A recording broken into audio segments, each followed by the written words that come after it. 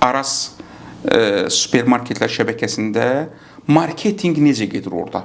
Siz satışı necə qaldırırsınız? Nə iş görürsünüz? Sir deyilsə bizə də deyin. Bir insan orqanizmində ürək nədirsə, marketinq də elə bir biznesdə bax odur. Gözəl. Məncə bu ifadə hər şeyi deməyə Marketinq əsas olmasa biznes yoxdur. Marketinq tək olmasa deyil, ürək kimi 24 saat işləməlidir.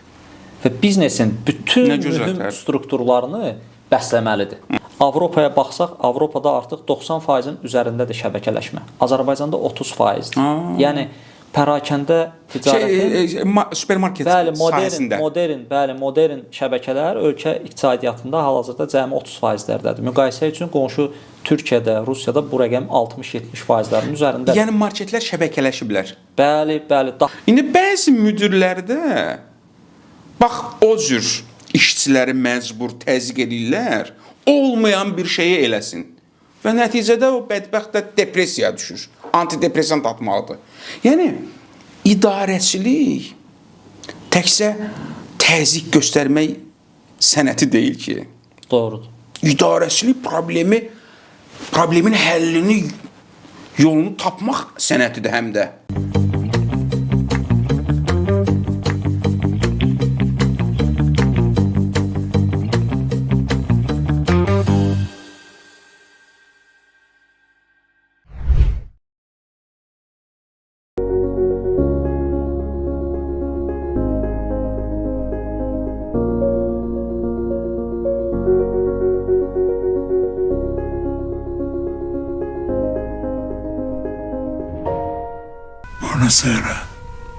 Buonasera.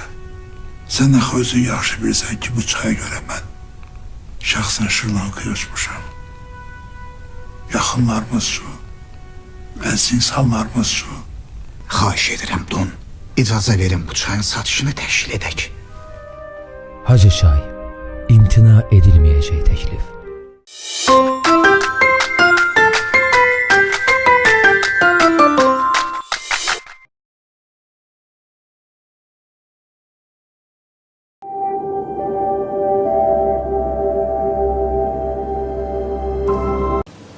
Salam dostlar, Açar yenidən efirdədir. Bugünkü dəyərli qonağım Ramil müəllimdir. Ramil Ağayev Aras supermarketlər şəbəkəsinin marketinq departamentinin müdiridir. Gənc olmasına baxmayaraq çox uğurlu bəyəfəndidir. Ramil müəllim, xoş gəlmisiniz. Salam Mahil müəllim. İlk öncə təşəkkür edirəm dəvət etdiniz. Bu şəraiti yaratdınız. Daha sonra həmçinin izləyicilərimizi salamlayıram və mən bilirəm ki, elə özüm də sizi izləyirəm. Sizin böyük və sağlam izləyici kütləniz var. Bu da həqiqətən bir gənc kimi məni sevindirir, bir izləyici kimi ki, belə sağlam mühit yaratmışsınız, sağlam proqram aparırsınız və izləyiciləri maarifləndirirsiniz. Minnətdaram Ramil müəllim. Demək, inkişaf psixologiyasında bu dəbdədir bu mövzu və nə yaxşı dəbdədir də yaxşıdır. İnkişaf psixologiyası pis deyil ki, əla. Orada mühüm məqamlardan biri budur. İnkişaf etmək istəyən insan üçün uğurlu bir insan nümunəsi göstər. Bax, o çox vacib məsələdir. Təsir edir insana. Hamımız beləyik. Mən özüm də beləyəm. Baxırsan, bir nümunə qarşında var. Bax, uğurlu insan belədir. Canlı nümunə. İbn Sina'nın məşhur tezisində ədəllu dəlilin əla imkanı şey vukuuhu. Bir şeyin mümkünlüyünə, nəzəri cəhətdən mümkünlüyünə ən tutarlı sübut onun praktikada həyata keçməsidir. Deyirsən ki, mümkündürmü sən Amerikaya gedəsən? Deyir, mən Amerikaya getmişəm. Artıq gedib qayıtmışam. Mümkündürmü 35 yaşında bir insan böyük bir biznes şəbəkəsində marketinq müdiri olsun və uğurlu iş aparsın? Bəli, mümkündür. İndi qarşımda əyləşib Ramil müəllim. Ramil müəllim, buyurun, danışın. Necə oldu? Gəldiniz, bu yol keçdiniz və bu mərtəbəyə çatmışsınız. Mənim üçün çox dəyərlidir, elə hamı üçün çox dəyərlidir. Mən gəldim, sizinlə görüşdüm ofisinizdə. Aras supermarketlər şəbəkəsi ümumiyyətlə çox gözəl iş aparır. Bunu hamımız bilirik, ölkədə nömrə 1-dir. Və orada 55 nəfərlik bir komandanın, həm də siz rəhbərisiniz. Özünüzdən danışın, təhsilinizdən qısa, sonra mən keçsəm marketinq nədir suallarına, ən vacib. Bizə öyrədin, marketinq nədir ümumiyyətlə? Necə edək, nətər sataq? Demək, Mahir müəllim, mən Azərbaycan Dövlət İqtisad Universitetinin bakalavr və magistr pillələrini bitirdikdən sonra Maşallah. 12 il bundan öncə Veysəloğlu şirkətlər qrupuna daxil olan Araz Supermarketlər şəbəkəsində kiçik mütəxəssis kimi işə başladım. Gözəl. Mən Araz Supermarketlər şəbəkəsində işə başlayanda Arazın cəmi 14 filial var idi. Və amma böyük istəkləri var idi ki, ölkəmiz üçün, ölkəmizin insanları üçün, iqtisadiyyatımız üçün dəyər yaradaq. Və biz bu minvallı yola çıxdıq. Mənim burada inkişafımın əsas səbəblərindən birini soruşsaz, məhz çox doğru vurğuladınız ki, nümunəvi insanlar. Mən bu şirkətdə baxdım ki, xüsusi rəhbər şəxslər kimlərdir? Çünki bizdə bilirsiniz, ölkədə müəyyən bəzən fikirlər olur ki, hansısa bir biznes şəbəkəsində rəhbər vəzifədə çalışmaq üçün mütləq kiminsə qohumu olmalısan, mütləq kiminsə tanış olmalısan. Biz də bunu eşidirdik kənardan və s. Amma mən canlı biznesin içində başladım müşahidə etməyə. Və ilkin müşahidələrim mənə göstərdi ki, əslində burada uğurlu olan rəhbər şəxslər heç də kiminsə qohumu olduqlarına görə belə deyirlər. Öz əməklərinə görə, öz zəhmətlərinə görə, öz əziyyətlərinə görə bu yerdədirlər.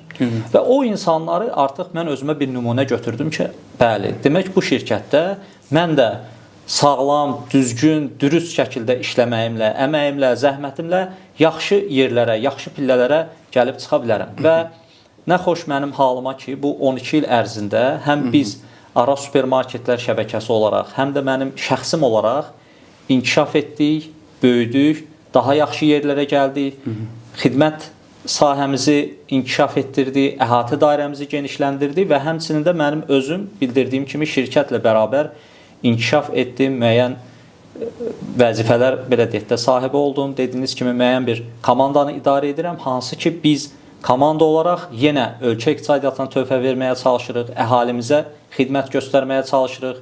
Bəzən işimizdə olur, nəyisə yanlış etmiş ola bilərik, hansısa bir qüsurlara yol vermiş ola bilərik. Təbii ki, biz də insanıq və böyük bir həcmdə işlə məşğuluq, amma maksimum dərəcədə çalışırıq ki, bu yanlışlar minimum olsun və ən yaxşı halda heç olmasın. Və bildirdiyimiz kimi uğurun arxasında bəli, əsas olan amaldır.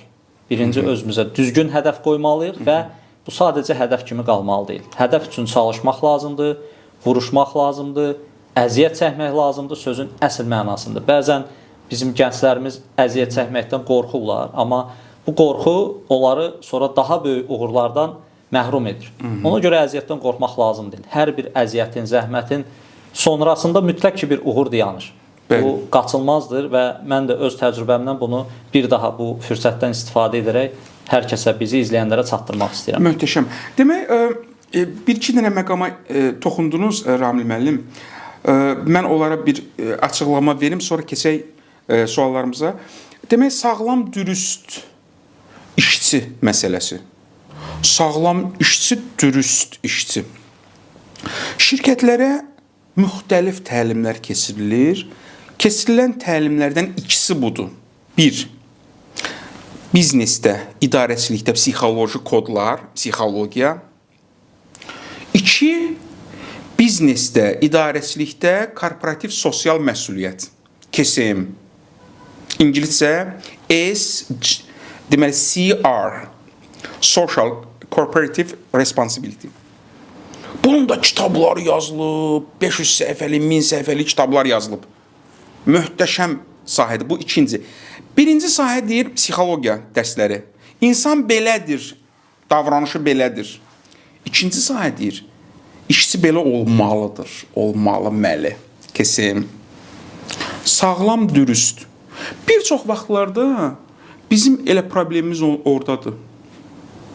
Adam çox bacarıqlıdır, amma sağlam deyil, dürüst deyil. Sağlam, dürüst olmaq nə deməkdir sizə görə?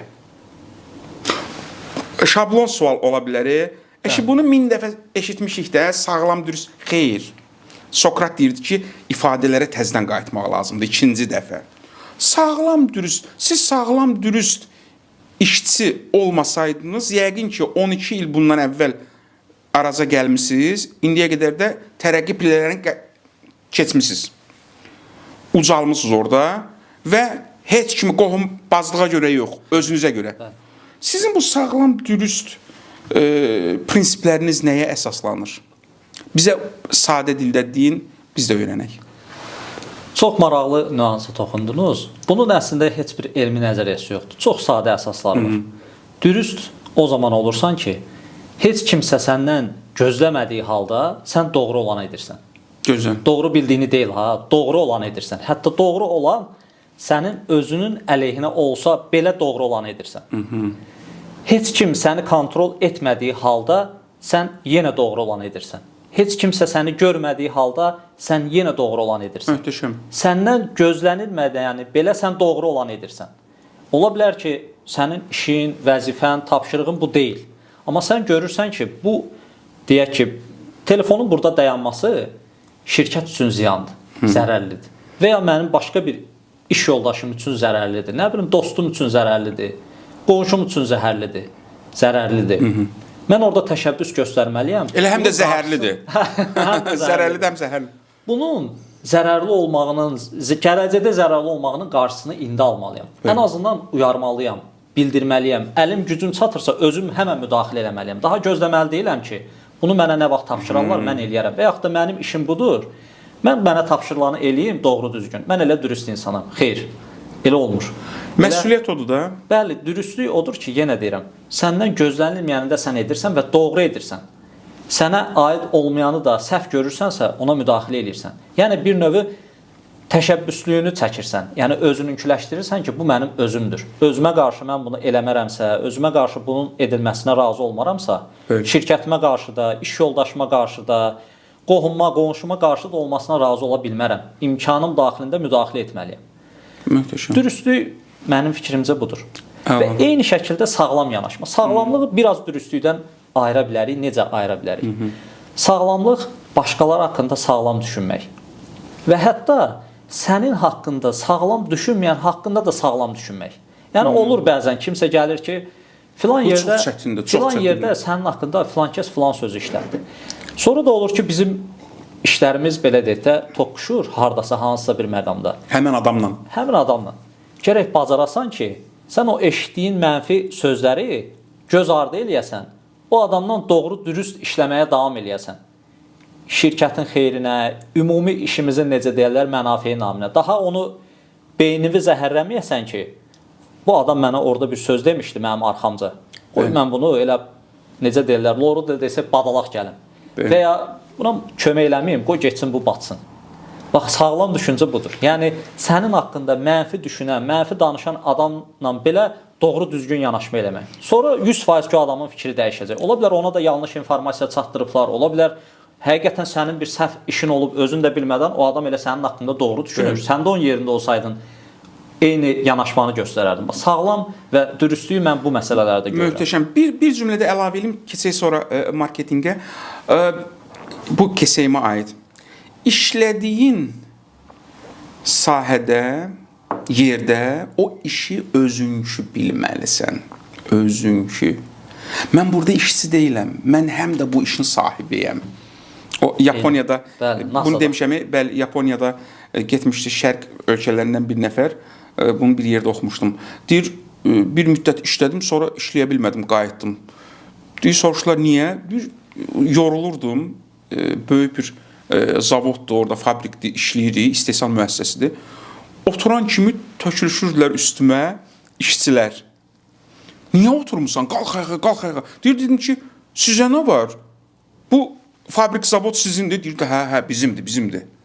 Fikir verirsiniz, işçilər oranı özünkü bilirlər. Mən buradan əmək haqqı alıramsa, deməli bu mənimdir də, həm də. İşə bicanə deyirlər. O Marksda var, alienation. İşə bicanəlik. O böyük bir bəladır. İşə bicanə deyil, işə özünkü bilir. İndi dəyər yaratmaq barədə dediniz, o ikinci məqam, buradan keçəcəyik biz marketinq artıq. Demək, iqtisadçılar, marketoloqlar deyir ki, marketinq xülasə tərifi budur. Dəyər yarada biləsən və onu sata biləsən. Buna deyirlər marketinq. Dəyər yaratmaq nədir? Bunu da ixtisasçılardan öyrənmişik. Yəni, məsələn, mən bu çaşqanı düzəldirəm evimdə və çıxardıram. Buna bir dəyər gəlir üstünə. Sata bilərəm 2 manata, məsələn. Bu artıq mən dəyər yaratdım. İndi məzmun yaradıcısı, content creation ifadəsi düşüb dillərə. Gözəldir. Falan kəs məzmun yaradıcısıdır. Blogerlərə falanlara bəzən deyirlər məzmun yaradıcısı. Və bunu sata bilirəmsə, bu marketinqdir. Bu məsələnin nəzəri tərəfi, aşağı-yuxarı tərif eynidir. İndi keçirik praktik.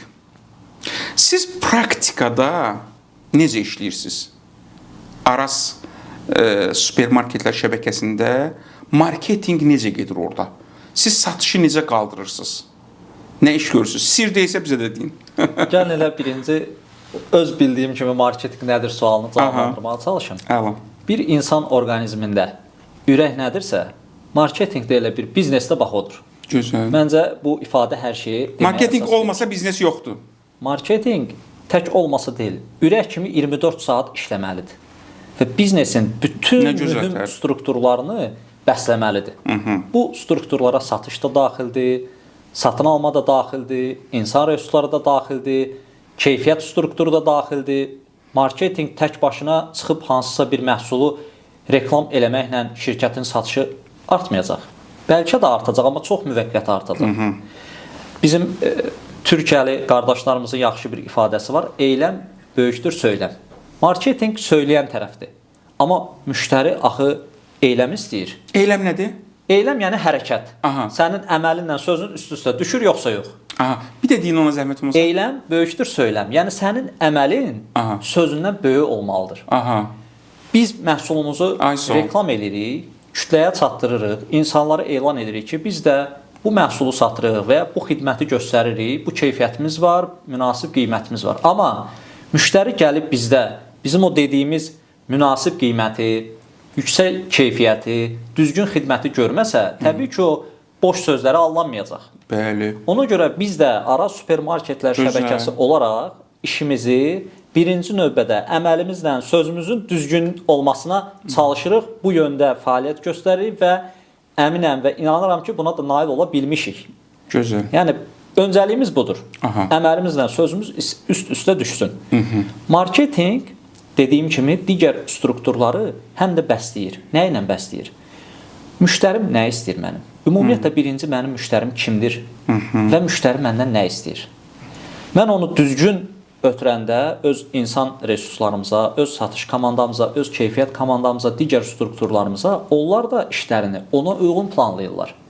Məhsulun keyfiyyətindən tutmuş, məhsulun ambara alınmasından tutmuş, ambardan mağazalara çatdırılmasından tutmuş, mağazada rəflərə düzülməsindən tutmuş, oradakı bizim kasserimiz hansı ki müştəriyə xidmət göstərir ona qədər. Məsələn, bir neçə müddət öncə mən digər televiziyaların birində verilişdəydim. Orada məsələn aparıcı söylədi ki, elə vasitə ilə bizim həmin o kasser əməkdaşımıza təşəkkür elədi ki, deyir mən axşam yaxınlaşdım mağazaya, evimizin yanındakı Araza, daha doğrusu gecə saatlarında bir-iki məhsul aldım. Həmçinin də uşağım deyir sabah məktəbə gedəcəkdi. Onun üçün bulka istədim. Deyir kasser mənə nəzakətlə qayıtdı ki, müəllim, uşaq üçün istəyirsinizsə, səhər tezdən gələrsiniz. Bizdə daha isti olacaq. Elə o istisindən alıb apararsınız. Heç mən gözləməzdim ki, kasserin axı mənim övladımın qayğısına niyə qalsın? Siravi bir işçidir, vətəndaşdır. Mən də o da heç məni tanımır kiməm. Amma müştəriyəm. Yəni baxın, marketinq budur əslində. Yəni ən ucdan uca bütün proseslərin düzgün işləməsinin təminatına dəstək olmaq. Bəli. O zaman marketinqin işi effektiv olur. Yoxsa marketinq işi təkcə bazar araşdırması eləsin, məhsulu reklam eləsin. Bu deyil. Birinci mən müştərimi tanımalıyam. İç müştəri və çöl müştəri. İç müştərim kimdir? Bəli. Mənim əməkdaşlarım. Elə mənim özüm. Mənim mağazadakı əməkdaşlarım, bizim sürücülərimiz, hansı ki məhsul daşıyırlar mağazalara. Bunlar hamımız eyni fikirdə olanda və hamımız dərk eləyəndə ki, müştəri əslində bizim üçün çox dəyərli varlıqdır və əvəz olunmaz varlıqdır. Bu zaman biz hamımız eyni əməl uğrunda çalışa bilirik, eyni amal uğrunda çalışa bilirik və düzgün çalışa bilirik. Bəzən biz unuda bilmərik. Müştəri bizim üçün ən dəyərli varlıqdır. Biz ona xidmət göstəririk, biz ona məhsul veririk. Xeyr, belə deyil. Biz onunla nəfəs alırıq. Yəni, bəzən mən bizim şikayət edən müştərilərimiz olur, onlara müəllim kimi yanaşıram. Elə bəzən özləri ilə ünsiyyətimiz zamanında deyirəm ki, bizim üçün ən yaxşı müəllimlər sizlərsiniz. Bizim ən yaxşı müəllimimiz müştərimizdir. Bəli.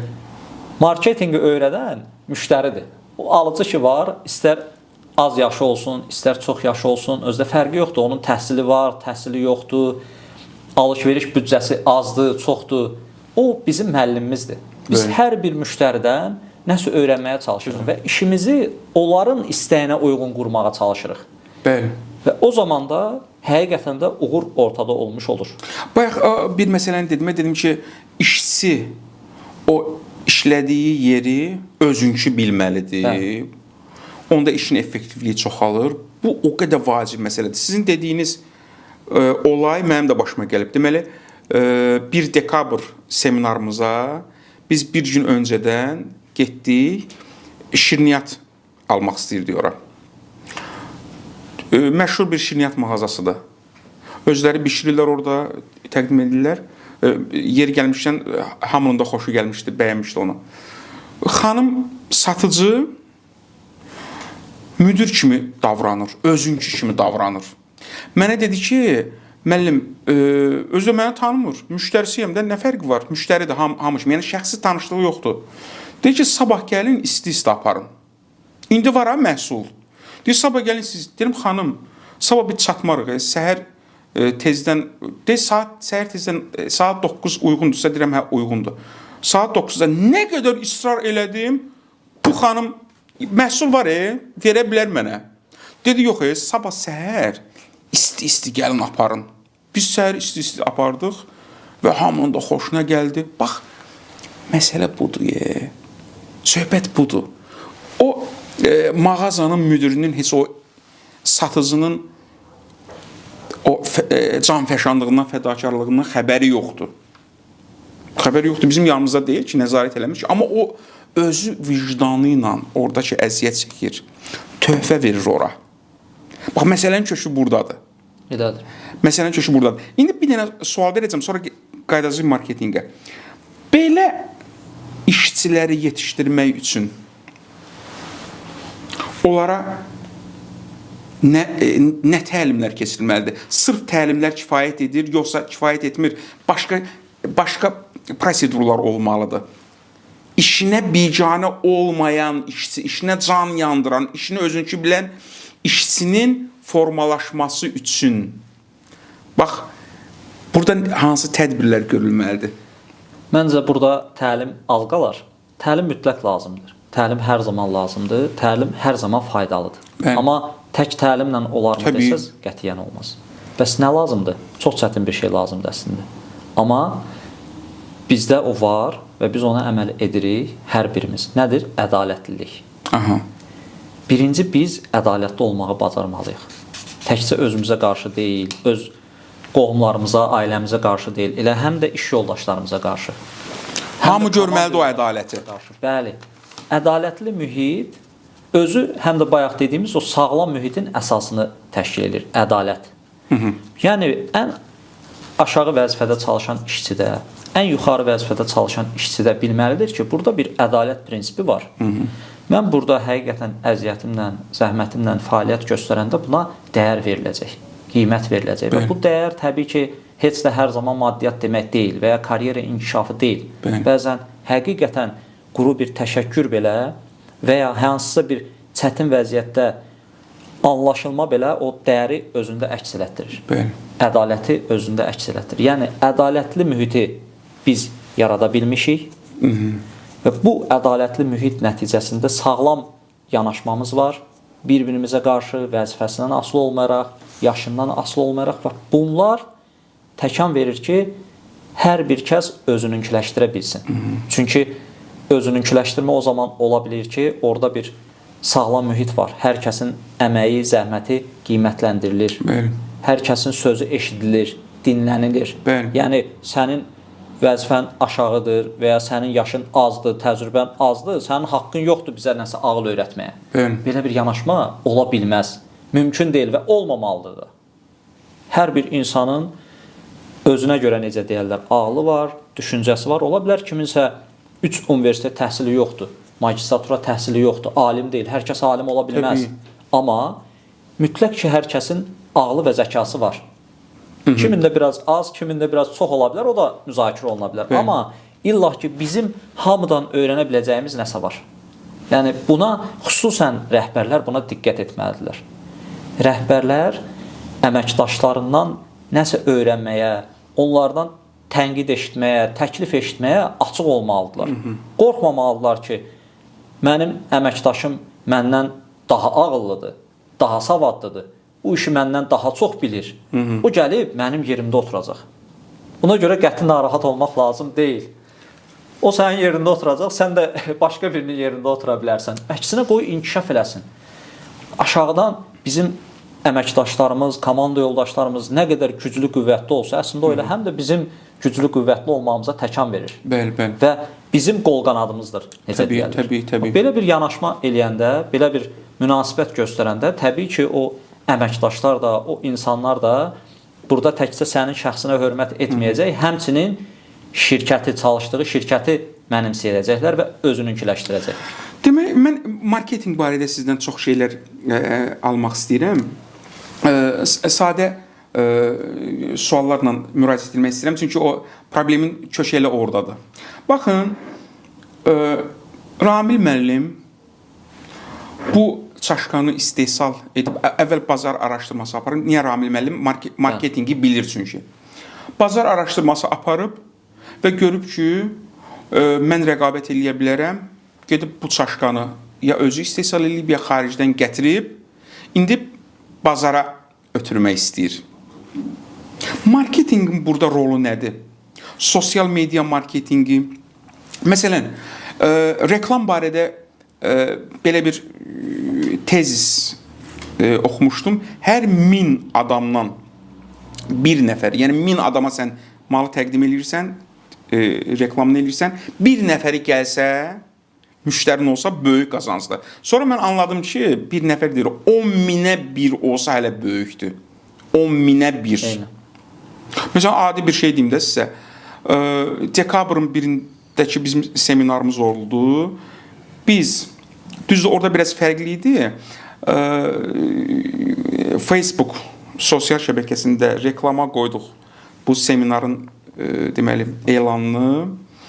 400.000 adama göstərdi. Təxminən bir 60.000 insan baxdı ona, girib linkə baxdı. Və biz 60.000-dən içində təxminən bir sırf reklamdan gələnlər bəlkə də bir 50-60 nəfər idi. 50-60 nəfər. İndi burada, yəni bunu ölçmək də çətindir. Bax, bunu necə siz ölçürsünüz? Bunun konkret bir meyarı varmı?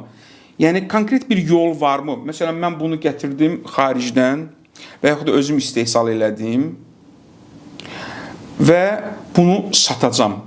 Bu reklam yolu ilə, bu marketinq yolu ilə, düzdür, marketinq təkcə reklam deyil, başqa şeylərdir. Bunu 100% satacam. Burada bir 100% garanti var, o yol var, elmi yol. Birinci növbədə hədəf auditoriyasını doğru müəyyən eləyə bilsək, o yolu tapa bilərik. Yəni, biz hədəf kütləsini müəyyən eləməliyik ki, ümumiyyətlə bu çaşqanı biz kimə satacağıq?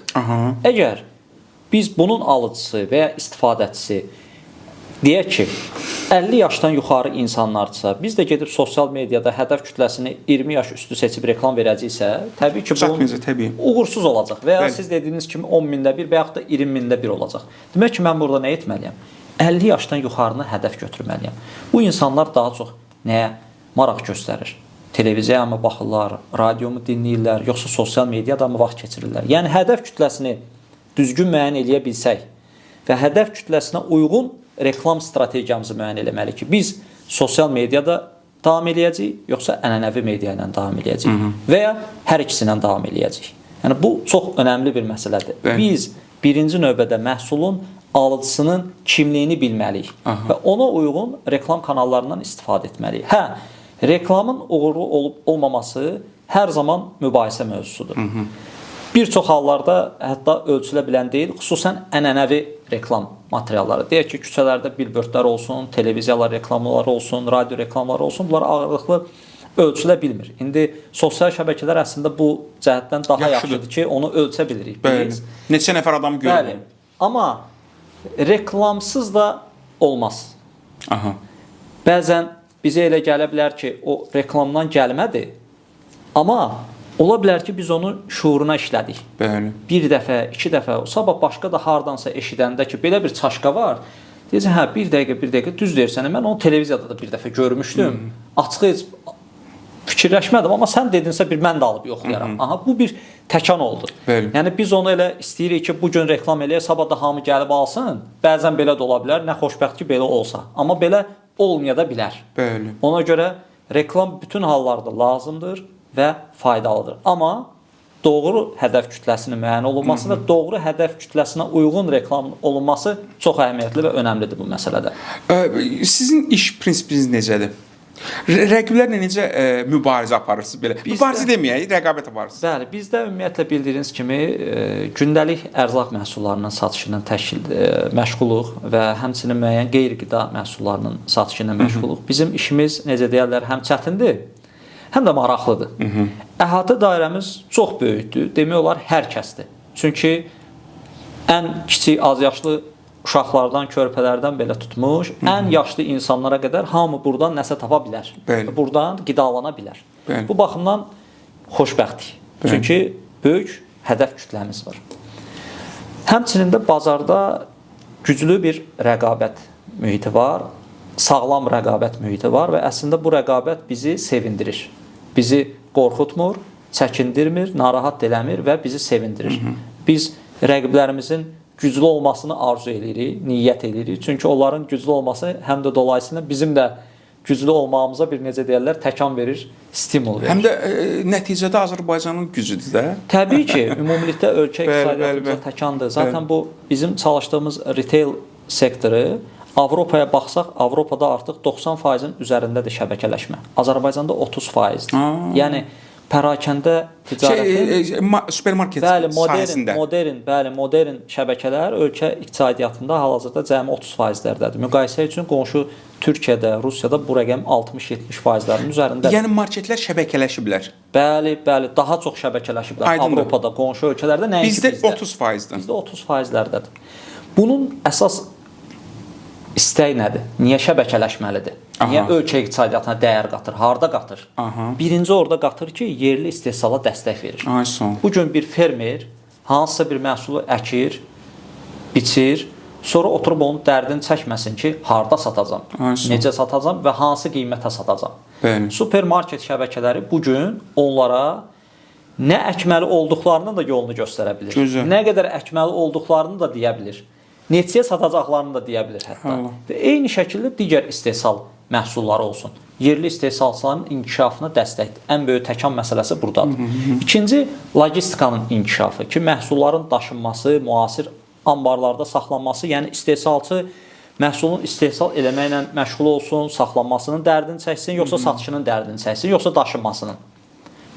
Supermarketlər şəbəkəsinin inkişafı istehsalçıya yalnız deyir ki, sən istehsalınla məşğul ol. Sənin logistik dərdini mən çəkəcəm. Sənin məhsulunun reklamını mən edəcəm. Sənin saxlamağını, məhsulunu saxlamağını mən öz ambarımda təşkil edəcəm və son müştəriyə çatdıracam. Bu da dolayısıyla gətirir, təkan verir ki, yerli istehsalçıların inkişafına səbəb olur. Və ya bir neçə il bundan öncə biz mağazalar, şəbəkələrimizə müəyyən avadanlıqları ancaq xaricdən sifariş verirdik. Çünki yerli istehsalı yox idi. Artıq indi biz baxırıq ki, yerli istehsalçılar yaranıb. Onlar gəlib bizə təklif edirlər ki, baxın bu məhsulun eynisini mən istehsal edə bilirəm və hətta daha ucuzuna eləyə bilir. Nə qədər biz təkan vermiş oluruq, yerli istehsalçılar yaranır. Yerli kiçik və orta biznesin inkişafına səbəb olur. Supermarketlər şəbəkələri. Həmçinin böyük işçi kütləsi.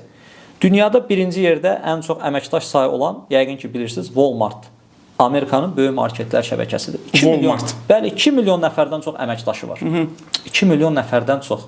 Bugün bizim ara supermarketlər şəbəkəsi olaraq 12 min nəfərdən çox əməkdaşımız var. Yəni bu insanlar hamısı bir necə deyirlər çətir altında birləşiblər, qanunvericiliyin tələblərinə uyğun fəaliyyət göstərilir, istirahət günləri, məzuniyyət günləri və s. və ilaxır sosial haqlarından, hüquqlarından istifadə edə bilirlər. Həmçinin də digər şəbəkələrdə aşağı-yuxarı eyni vəziyyətlər mövcuddur. Yəni bu iqtisadiyyatın bu kimi inkişafına ciddi təkan və töhfə verir və siz dediyiniz kimi ona görə biz rəqiblərimizin inkişafından heç də narahat deyilik. Amma onlarla təbii ki, həm də rəqabət içərisindəyik. Təbii. Rəqabətimizi də biraz öncə dediyimiz kimi müştərimizi öyrənərək, müştərimizin yanında olaraq, müştərimizi elə öz evimizin içi kimi qəbul edərək nail ola bilirik. Müştəri nə istəyirsə, Araz onu verir. Araz nə verirsə, müştəri də elə onu istəyir. Baxın, bizim marketinq siyasətimiz bundan ibarətdir. Çox bəsit. Müştəri nə istəyirsə, mən də onu verirəm. Bəli. Ramil, demək, bu 30% şəbəkələşmə bizdə hələ çox azdır. Bəli. Yəni Türkiyədə 60-70% dediniz. Bəli. Hətta qonşu Gürcüstanda belə 60%-in üzərindədir bu rəqəm. İndi yaxın 10 ildə perspektiv necədir? Sizin məlumatınız var bu barədə? Konkret burada bir rəqəm söyləmək biraz çətindir. Yəni bizdə elə bir məqsəd varmı ki, heç olmasa Gürcüstana çataq? Nəzərə alsaq ki, Türkiyə, məsələn, oranın böyük şəbəkələri 50 il, 40 illik təcrübəyə malikdirlər. Yəni hələ ki, bizim qət eləyəcəyimiz çox yol var. Nəzərə alsaq ki, bizdə son 10 ildə bu bazar inkişaf eləməyə başlayır. Son 10 ildə çoxalıb da. Gürcüstan biraz da bizdən daha erkən başlamışdı bu proseslərə. Ona görə düşünürəm ki, hələ bir neçə il zaman var, amma 10 il sonra təbii ki, bazar çox dəyişmiş olacaq, çox inkişaf etmiş olacaq və elektronlaşmış olacaq. Artıq dünyamız elektronlaşmaya gedir, elektron ticarətə gedir və elektron ticarətin payı bizim ölkədə də artmağa davam edir günü-gündən. Və bu, təbii ki, prosesləri dəyişə biləcək və daha da sürətləndirə biləcək. Bəlkə biz 10 ilə qət elədiyimiz yolu bundan sonra 3 ilə, 5 ilə artıq gedə biləcəyik. Amma ora tərəf gedir də. Təbii ki, ölkə iqtisadiyyatı dəyişir, günü-gündən inkişaf edir. Məsələn, Araz supermarketlər şəbəkəsinin inkişafı var da hər gün. Müəyyən şəbəkələşmə baxımından. Müəyyən hədəflərimiz var, müəyyən planlarımız var. Biz də o planlar istiqamətində çalışırıq. Ümumilikdə Veysaloğlu'da nə qədər işçidir? Bizim Veysaloğlu şirkətlər qrupunda artıq əməkdaş sayımız 25 min nəfəri ötüb. Maşallah. 25 min nəfəri keçib artıq. Demək, indi çox möhtəşəm bir məqama toxundunuz. Şəbəkələşmənin ölkə iqtisadiyyatına verdiyi töhfə. Təkcə qida məhsulları kənd təsərrüfatı sahəsində deyil, həm də o avadanlıq sahəsində də verdiyi töhfələr hələ burada bu IT mütəxəssislərinin işə cəlb olunması məsələsi var. O da bir dəyər yaratma. Son ötən 10 ildə, 15 ildə təxmini bir statistika varmı şəbəkələşmənin ölkə iqtisadiyyatına verdiyi töhfə necə idi, ondan sonraki necə oldu? Amma xeyli inkişaf var da. Bəli, bunu xüsusi rəqəmlərlə demək biraz çətin olar. Açıq məndə bu hesablar yoxdur. Amma düşünürəm ki, hesablamaq olar dəqiq rəqəm ifadəsində soruşursunuzsa. Amma bildirdiyiniz kimi, yəni burada təkcə kənd təsərrüfatının inkişafı deyil, yerli istehsalçıların, yəni qida istehsalçılarının inkişafı deyil, həmçinin də digər avadanlıq, mal material inkişafı olsun, insanların ixtisaslaşması olsun, ixtisaslı kadrların işə cəlb olunması olsun, onların təlimləndirilməsi olsun. Məsələn, biz şirkət olaraq müəyyən Avropa ölkələrini, qonşu inkişaf etmiş ölkələri bu sayədə ziyarət edirik, onların təcrübələrini yerində öyrənirik. Oradan təcrübəli nümayəndələr gəlir, bazarı öyrənir, müəyyən biliklərini, təcrübələrini bizlə paylaşırlar və məlumatımız var və müşahidələrimiz də göstərir ki, digər şəbəkələr də eyni prosesləri həyata keçirirlər. Onlar da xarici təcrübəni öyrənməkdə maraqlıdırlar və öyrənirlər. Müəyyən xarici təcrübəli insanlar gəlir orada çalışır və təbii ki, onlar da öz keçmiş təcrübələrini, keçmişdə etdikləri səhvləri, düzləri bizə öyrədirlər. Yəni sonunda qazanan, yenə belə deyim, ölkə iqtisadiyyatıdır, ölkə vətəndaşlarıdır. Yəni dolayısıyla bizləri yerə. Bu gün indi reklam deməli, Arazın reklam siyasəti baxımından necədir Azərbaycanda? Sosial media reklamına siz neçə faiz, büdcənin neçə faizini yönəldirsiniz? Ənənəvi reklama neçə faiz? Belə deyim, burada bizim xüsusi bir yanaşmamız... Rəqəm istəmirəm, amma faiz etibarı edirəm. Xüsusi bir yanaşmamız yoxdur. Biri birini biraz az, birini biraz çox eləmək niyyətimiz də yoxdur. Çünki dediyimiz kimi bizim hədəf kütləmiz böyükdür, hər kəsdir və burada ənənəvi reklam vasitələrindən də istifadə edirik, rəqəmsal medianın imkanlarından da istifadə edirik. Yəni burada birini biraz az, birini biraz çox deyil, paralel davam etməyə. Məsələn, mən eşitdiyimə görə televiziya reklamları xeyli azalıb. Bəli, televiziya reklamları azalıb, amma bunun da özünün müəyyən səbəbləri var, belə deyək. Nədir səbəbi? Çünki biz daha çox belə deyək də ənənəvi ilə o rəqəmsalın dediyim kimi balansını tutmağa çalışırıq. Biri digərini üstələməsinə çalışırıq. Yəni ancaq televiziyaya fokuslanaq, inkişafımızı orada aparaq bu niyyətdə deyilik. Məsələn, ona görə o balansı qoruyub saxlamağa çalışırıq daha çox. Aydındır. İndi burada sosial media marketinqi çox deməli maraqlıdır. Orada rəqəmləri göstərir. Bayaq dediniz, billboardda siz bilmirsiniz nə qədər adam baxdı ora. Və yaxud televiziyada, radioda nə qədər adam qulaq asdı. Amma sosial mediada bizim Sosiologiya Akademiyasının da sponsorları var. İndi hal-hazırda 4 sponsorumuz var. İndi 5-inci də qoşulasıdır. 5 ayda statistikanı mən götürdüm. 4 milyona yaxın baxış olub. Şübhəsiz ki, bunun təsiri var. 100%. Şübhəsiz ki. Və biz onu saya bilirik, görə bilirik. Ona görə sual verdim ki, indi bu dəqiqə bir mütəxəssis kimi xahiş edirəm mənə deyin. Televiziyalarda olan reklamların təxminən effekti nə qədərdir? Sosial mediada gedən reklamların effekti nə qədər? Hətta bir ara mən dostlardan biri göstərdi. Blogerlərin, heç kimin tanımadığı blogerlərin siyasını verdilər. Bir dəfə reklama, nə bilim, filan qədər pul alır. Nə bilim, 1000 manat, 5000 manat filan pul alır. Bu necədir? Ənənəvi reklam və müasir reklam növü.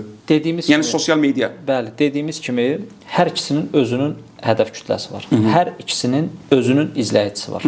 Sadəcə rəqəmsal medianın üstünlüyü onu ölçə bilməyimizdədir. Və istədiyimiz hədəf kütləsinə daha asan çata bilməkdədir. Yəni biz bir televiziyaya reklam verəndə o reklamı ehtiyacı olan, olmayanda insanlar görə bilər. Hətta ehtiyacı olan görməyə bilər, ehtiyacı olmayan görə bilər və o faydasız ola bilər. Amma sosial mediada biz reklam verəndə öncədən müəyyən edə bilirik ki, ümumiyyətlə mən bu reklamı kimə göstərmək istəyirəm. Məsələn deyək, mənim bir deyək ki, mağazam var, hansısa bir xidmət sahəsiyəm, restoran işlədirəm deyək ki. Restoran yerləşir Sumqayıt şəhərində. Mən televiziyada reklam verirəm.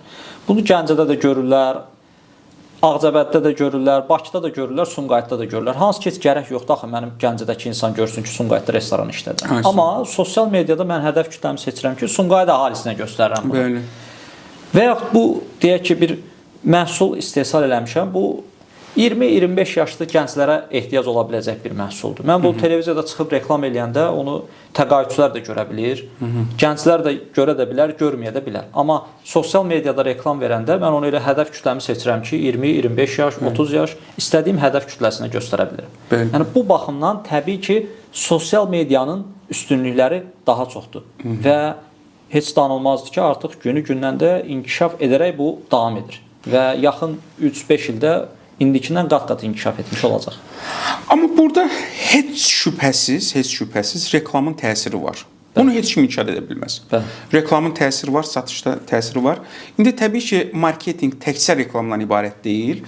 Deməli, bizim idarəçilik psixologiyası, biznes psixologiyası dərslərində marketinqlə bağlı da məqamlar var. Onlardan biri anchoring effektidir. Marketinqdə lövbərləmə effekti. Adi, çox sadə. Deməli, SUP misalını çəkir. Professor Dan Ariely, MIT professorudur. Deyir ki, mağaza gəlir və 10 gün müddətinə SUP-un satışını çoxaltmaq istəyir. Necə çoxaltsın satışını? Gəlir, deyir ki, 10 günə qədər, filan tarixə qədər SUP-un qiyməti, misal üçün, 5 manat yox, 4 manat 50 qəpik olacaq. Tutar ki, və yaxud 1 manat yox, nə bilim, 80 qəpik olacaq. Amma bir dənə şərtlə. Adam başı 3 dənə SUP ala bilərsiniz. O 3 dənə sup lövbərdir, ankordur. Qıcıq yaradır.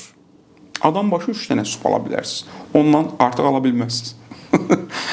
Ucuz verirəm, amma bir dənə şərtlə. Bu əslində qıcıq yaradır. Və statistika göstərir ki, bu 10 gün ərzində satış xeyli çoxaldı. Sadəcə ona görə ki, qıcıq yaratdım. Yalnız o 3 dənə, 4 dənə yox, satılmır 3 dənə. Məhsulumuz azdır. Az deyil, yetərincədir. İndi burada 100 dənə, 1000 dənə priyon var. Söhbətdə gözəl gedir. Təşəkkür edirəm, minnətdaram. Mən 2 sualım olacaq. Biri yenə də marketinqlə bağlı olacaq, praktik. İstəyirəm sizdən bir şey öyrənim.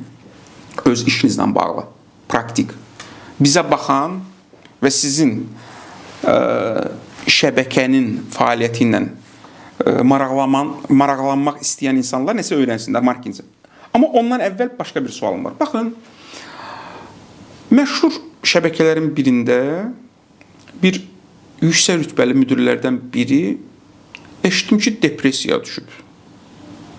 Gərgin depressiya yaşayır və antidepressant atır və s. və ilə axır. Mənə görə bu normal deyil. Orada nəsə bir çatışmayan şey var. Məsələn, yuxarıdan təzyiq olub ki, satış artırılmalıdır. Bu şeyi siz qəbul edirsinizmi ümumiyyətlə? Mən görürəm, siz çox belə rahat, depressiyasız yəni təəssürat yaradırsınız. Bu ondan irəli gəlir ki, sistem düz işləyir də. Düzdürmü? Sistem düz işləməsə yuxarıdan, mümkün deyil ki, işçilər, müdirlər depressiyasız olsunlar. Orada nəsə bir problem olacaq. Bax, bu barədə fikriniz nədir? Burada yanaşma məncə tələbdən Sualım aydın oldu da. Aydındır. Tələbdən çox təklifə getmək lazımdır. Ola bilər, satışda bir problem var. Bunu ümumiyyətlə bir araşdırın, görün sual nədir? eləmək lazımdır. Özü kənardan yox. Problem hardadır? Öz içərimizdən, lap aşağıdan elə sual eləmək lazımdır. O satıcı, kassir olar bilir. Bəzən ən düzgününü olar bilir. Heç universitet oxuyan alimlər heç onu bilmir. Ondan soruşursan, sual biz də burada elmlər, teoremlər yazırıq ki, burada satışdan soruşsan çox sadə bir həlli var imiş. Bizim gözümüzdən yayınıb. Çünki o müştəri ilə təmasdadır. Bəli. Ona görə ora düşmək lazımdır. Və həm də burada önəmli bir faktor da nədir? Təklif alınanda və sonra o təklif dəyərləndiriləndə artıq o istər müdir olsun, satçı olsun, artıq özü də öz təklifidir. Və yaxud da hətta onun özü yox, digər yoldaşları, məsələn, digər mağazalardan da işləndə ki, filan mağazanın müdürü verib təklifi. Onlar da hamısı bir əl-ələ qol-qola verir ki, bizim iş yoldaşımız deyib, bizimkidir. Bizdən biri təklif verib yuxarı. Gəlin bunu dəstəkləyək, bunun təklifi uğurlu olsun. Bəli. Bax, elə bu özündə satışın da artımını gətirəcək, nə bilim, inkişafı da gətirəcək və s. Nəinki tələb eləmək. Tələb çox asandır da, yəni gedək bunu eləyək. Eləyək. Gedək yox, mütləq etməlisiniz. Bəli, necə edək? Nətər edək? Kimdən eləyək? Hansı qüvvə ilə eləyək? Nə vaxt eləyək? Kimə görə eləyək? Harda eləyək? Bilmirik. Ona görə birinci təkliflərə baxmaq lazımdır. Təklifləri dəyərləndirmək lazımdır. Təkliflərin içərisində effektiv olanı varsa seçilməlidir. Yoxsa bu zaman rəhbər deməlidir ki, dostlar, çox sağ olun, təkliflərinizə görə minnətdaram sizə, amma mənim daha yaxşı bir təklifim var. Bəlkə bunu dəyərləndirək. Bir işçilər də, o insanlarda da bir maraq yaranır ki, nə gözəl, bizim də fikrimizə önəm verilir. Təklif yuxarıdan da gələ bilər, burada heç bir narahatçılıq yoxdur. Amma onun özünü də bölüşmək lazımdır ki, belə bir təklif var, necə edək? Artıq o insanlar yenə də birinci haldakı kimi, yəni təklifləri özləri verdikləri kimi bu təklifi həzm edəcəklər ki, bizim də fikrimiz alındı. Demək ki, bu təklifi biz artıq təsdiqləyiriksə, dolayısıyla elə təklifi biz vermiş oluruq. Gəlin bu təklifi alqışlayırıq, bəyənirik, gedirik bunu icra eləməyə və mütləq ki, orada fayda əldə eləmiş olacaq. Dostlardan biri deyir ki, bacım oğluna 5 yaşı var, xəritəni öyrədiblər və müxtəlif ölkələrin paytaxtlarını. Məsələn, Gürcüstanın paytaxtı haradır, Tiflis, nə bilim, filan yerin paytaxtı haradır, filan yer. Azərbaycanın paytaxtı haradır? Deyir, Bakı. Sonra soruşurlar təzədən uşaqdan. Bakının paytaxtı haradır? Uşaq qalır girinci avara, tapa bilmir. Bakının paytaxtı yoxdur axı. Təzədən deyir, dümsükləyirlər. Bakının paytaxtı haradır? Uşaq deyir, yoxdur axı. Bakının paytaxtı yoxdur axı. Azərbaycanın paytaxtı Bakıdır. İndi bəzi müdirlərdə bax o cür işçiləri məcbur təzyiq edirlər, olmayan bir şeyi eləsin. Və nəticədə o bədbəxt də depressiyaya düşür. Antidepressant atmalıdır. Yəni idarəçilik təkcə təzyiq göstərmək sənəti deyil ki. Doğrudur. İdarəçilik problemin həllini, yolunu tapmaq sənətidir həm də. Buyurun. Ən önəmli əslində idarəçi ilə icra edicinin fərqini deyək. Bəli. Burada məsələ təkcə onda deyil ki, o bir pillə daha yüksəkdədir. Xeyr. Liderlə İdarəçinin- icra edicinin fərqi. İdarəçinin məsuliyyəti çoxdur və səlahiyyəti çoxdur. İcra edicidən fərqi odur ki, onun məsuliyyəti daha çoxdur. Çünki bir neçə icra edicinin məsuliyyətini öz çiynində daşıyır, öz işi ilə bərabər, öz məsuliyyətinə bərabər, həm də müəyyən səlahiyyətləri var.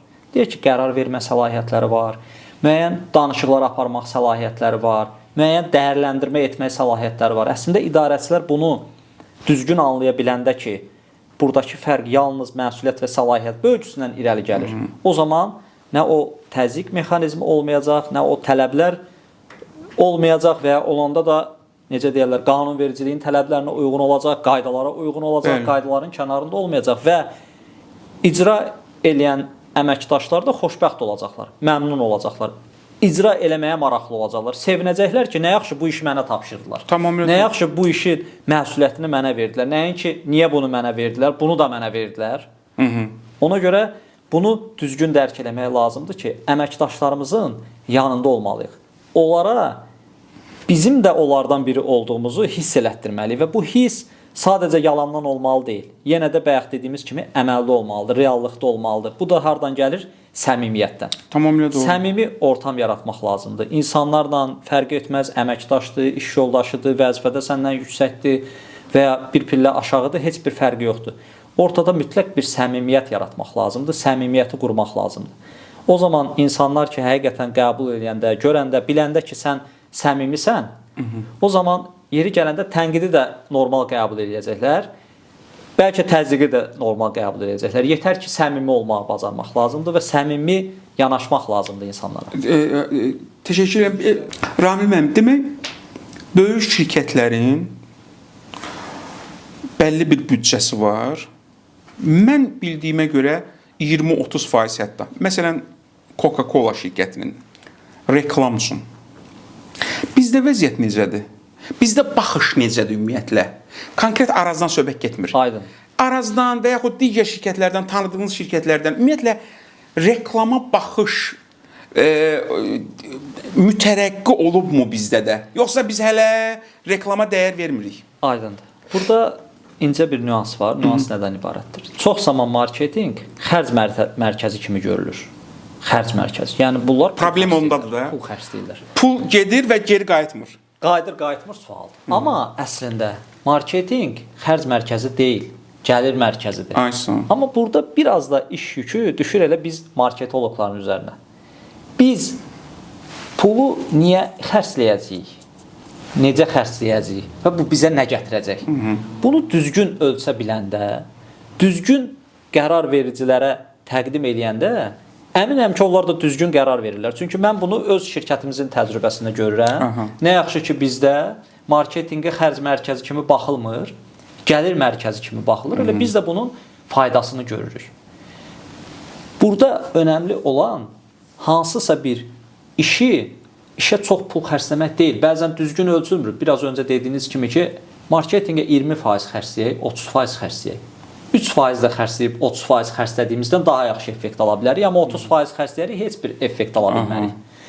Ona görə marketoloqların belə deyək, üzərinə böyük iş yükü düşür. Burada o demək deyil, elə biz istəyək ki, bizə çoxlu pul verin, biz hər şeyin ən yaxşısını eləyəcəyik. Və yaxud da pul yoxdur, daha məni bağışlayın, mən heç nə eləyə bilmirəm. Aydındır. Elə bəlkə də marketinqin biraz bazarlığı oradadır ki, olmayan yerdən nə isə var eləsin. Necə pul olmayandan sonra necə reklam eləyəcəksiniz? Təkcə orada pulun olmağından söhbət getmir də. Birinci ideya olmalıdır. O pula dəyər qatan ideyadır. İdeya özü ilə pulu gətirir. İdeya düzgün olmalıdır, ideya sağlam olmalıdır, hədəf kütləsi düzgün müəyyən olmalıdır. müştəri ilə düzgün ünsiyyət, münasibət bayaq dediyim faktorlar. Yəni mən müştəriyə düzgün münasibət göstərmirəmsə, müştərimi ümumiyyətlə heç umursamıramsa, deyirəm yox, mən elə ancaq televiziyada reklam verəcəm, mənim işlərim yağbal içində gedəcək. Əlbəttə ki, getməyəcək. Aydın. Və əlbəttə ki, sonra o şirkətin təsisçisi, idarə edicisi xərclənilən pulu xərc kimi görəcək və növbəti pulları xərcləməkdə maraqlı olmayacaq. Aydın. Burada yəni ortadan bir qırmızı xətt gedir də. Yəni biz ancaq çox pul tələb eləyək və çoxlu pulumuz olsun, yaxşı reklam eləyək, bu belə deyil. Sonuncu sual.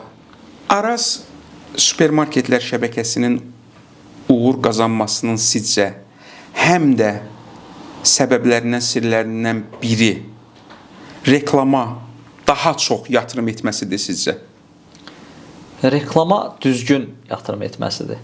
Yəni düzgün auditoriyaya, düzgün hədəf kütləsinə, düzgün reklam vasitələri ilə çatmaq. Elə bu bizə satış gətirəcək, bunu da reklam eləyək, bu vasitə ilə də əl ataq, ona getmirik. Yəni biz marka dəyərimizi, imicimizi də qoruyub saxlayırıq. Təkcə necə eləyək, çox sataq prinsipi ilə yanaşmırıq. Necə edək, çox da sataq, amma həmişə sataq. Aydındır. Necə edək, əməkdaşımız da bizdən razı qalsın, müştərimiz də bizdən razı qalsın. Bizim prinsiplərimiz bunlardır və düşünürük ki, doğru yoldayıq. İnşallah ki, bu yolda da davam etməyə çalışırıq. Mən təşəkkür edirəm Ramiləm sizə, Araz supermarketlər şəbəkəsinə, Veysaloğlu şirkətlər qrupuna uğurlar arzu edirəm, şirkətin rəhbərliyinə uğurlar arzu edirəm və nə yaxşı varsınız deyirəm. Çünki Veysaloğlu şirkətlər qrupu, Araz supermarketlər şəbəkəsi nə qədər inkişaf edirsə, bu Azərbaycana töhfə verir, vətənimizə, millətimizə töhfə verir və bizim hamımız üçün qürur mənbəyidir. Çox sağ olun. Mən də təşəkkür edirəm ki, bu şəraiti yaratdınız, fikir mübadiləsi apardıq sizlə. Düşünürəm ki, maraqlı oldu. Çox faydalı oldu. Elə siz də çətin bir işlə məşğulsunuz, insanları maarifləndirməklə, təlim verməklə, onların zəkasını, biliklərini, elmini inkişaf etdirməklə məşğulsunuz. Bu yolda sizə də uğurlar arzulayıram və təbrik edirəm sizi. Can, təşəkkür edirəm Ramil. Bizim Sosiologiya Akademiyasının bayaq dediyim kimi və Açar layihəsinin 4 sponsoru var. Başda Saloğlu Mebel gəlir. Saloğlu Mebel Azərbaycanda nömrə 1-dir. Onun xüsusi təqdimata ehtiyacı yoxdur. Keyfiyyətdə nömrə 1-dir və artıq regional şirkətə çevrilib. Bu hamımızı sevindirir. Təbii. İkinci Hacı saylarıdır. Tayqa Ticarətin Hacı sayları. Bayaqdan onun dadına baxırıq. Üçüncü sponsorumuz Minibos uşaq bezləridir. Bu da Azərbaycan brendidir. Azərbaycan istehsalıdır və artıq xarici bazarlarda, xüsusilə Özbəkistanda özünə dəyərli bir yer qazanıb və sonuncu sponsorumuz dəyərli Zeni parfumdur. Zeni parfum mağazalar şəbəkəsi bizim daimi dəstəkçilərimizdəndir. Mən onların hamısında da təşəkkür edirəm. Son sözünüzü deyin və sağollaşaq. Çox sağ olun, minnətdaram, təşəkkür edirəm sizə də, izləyicilərimizə də. Can, çox sağ olun. Təşəkkür edirəm. Dəyərli dostlar, siz də sağ olun, bizi hövsələ ilə dinlədiniz. Ümidvaram, danışdıqlarımız faydalı oldu. Bizi izləmədə davam edin. Sağ olun, Allah'a əmanət qalın.